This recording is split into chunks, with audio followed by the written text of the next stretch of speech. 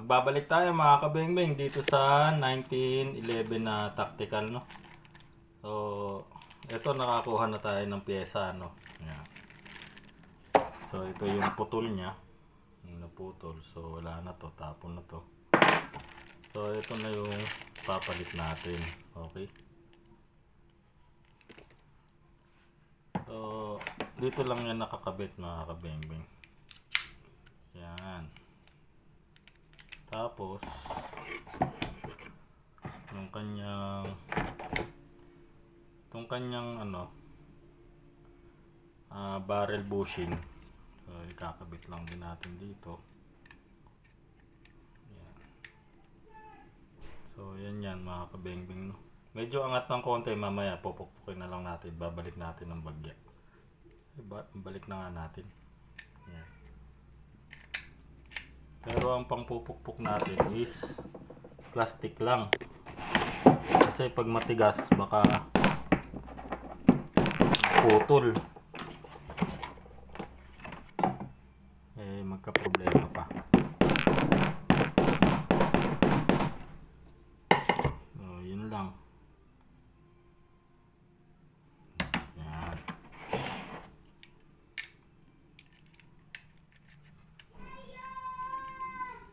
So, ganyan yung nakalagay yan mga kabengi. So, nawala yung balikat niya dito eh. So, ito yun yung naputol.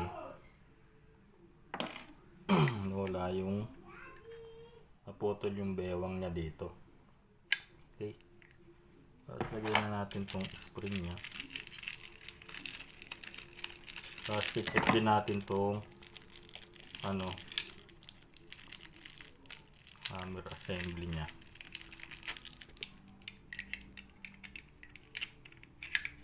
Yan.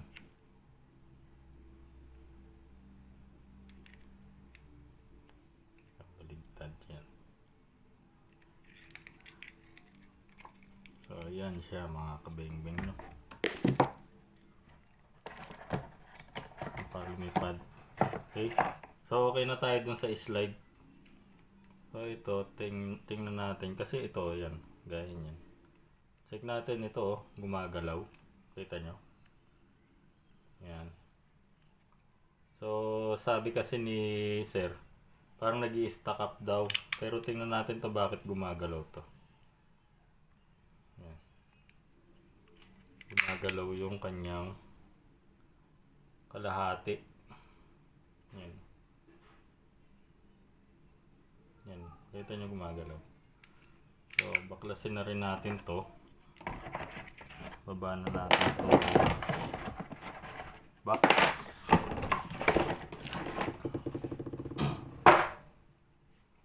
Tanggalin natin to.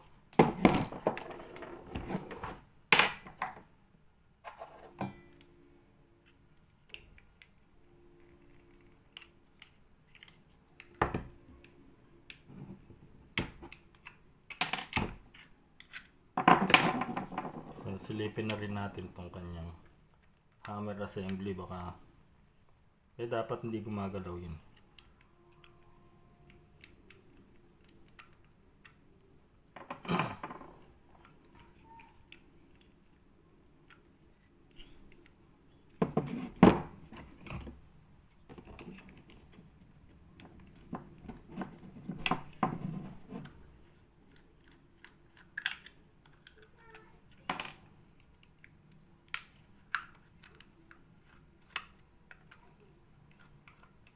Baka lumuwag lang yung screw. So, tingnan natin.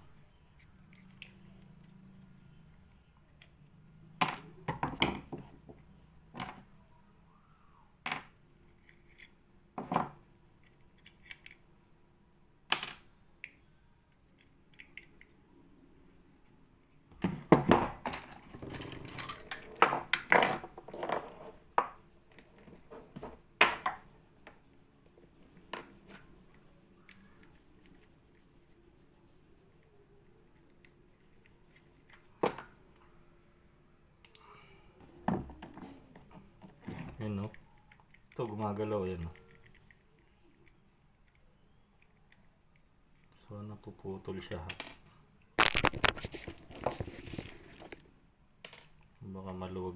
Yun, maluwag nga lang mga kabengbing, no? So, higpitan lang natin to. Yan. So, yan, maluwag. Mahigpit lang. Mahigpit na, ayan. So, maluwag tong isang screw na to. Kaya lang, dapat kuha natin yung level. Kasi, yung slide baka umipit.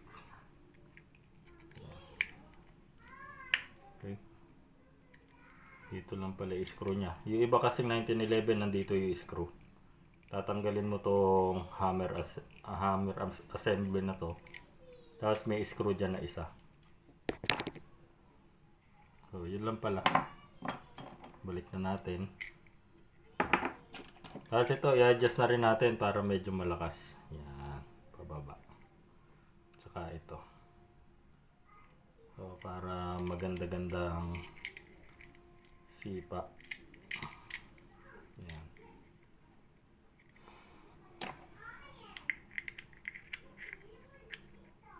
Tapos tingnan natin yung kanyang magazine susunod. Kailangan yung hammer nyo nakapababa, ano, pag kinabit nyo. Okay.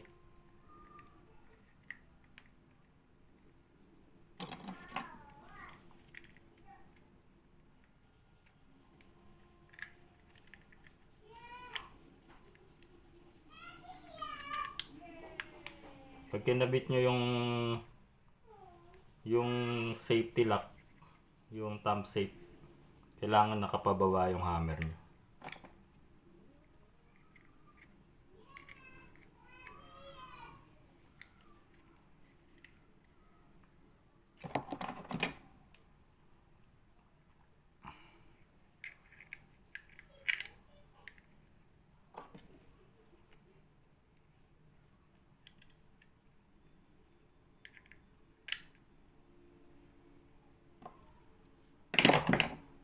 Tapos tutulak ng ganyan.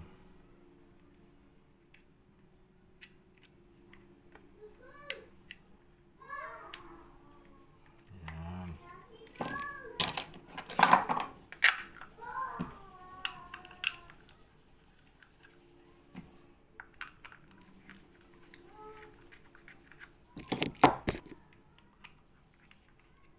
Ayan, testingin na natin tong unit ni Sir, no?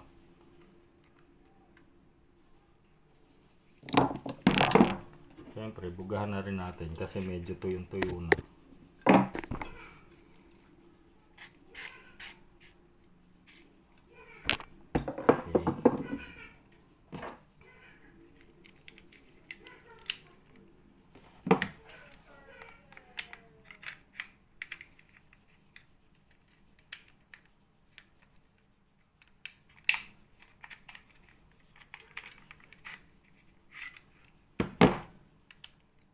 Tagilid.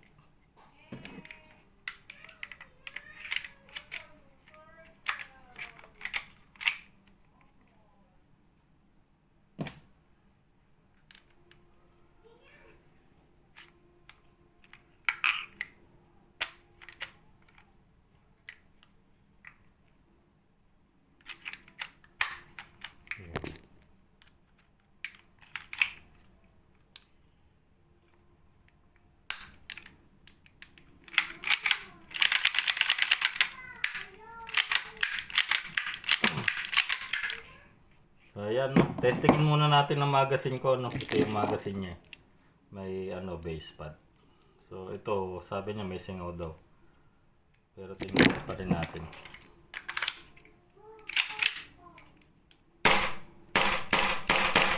So ayan, okay na yung unit ni Sir. Okay, back to performance na ito. So tingnan natin tong magazine niya.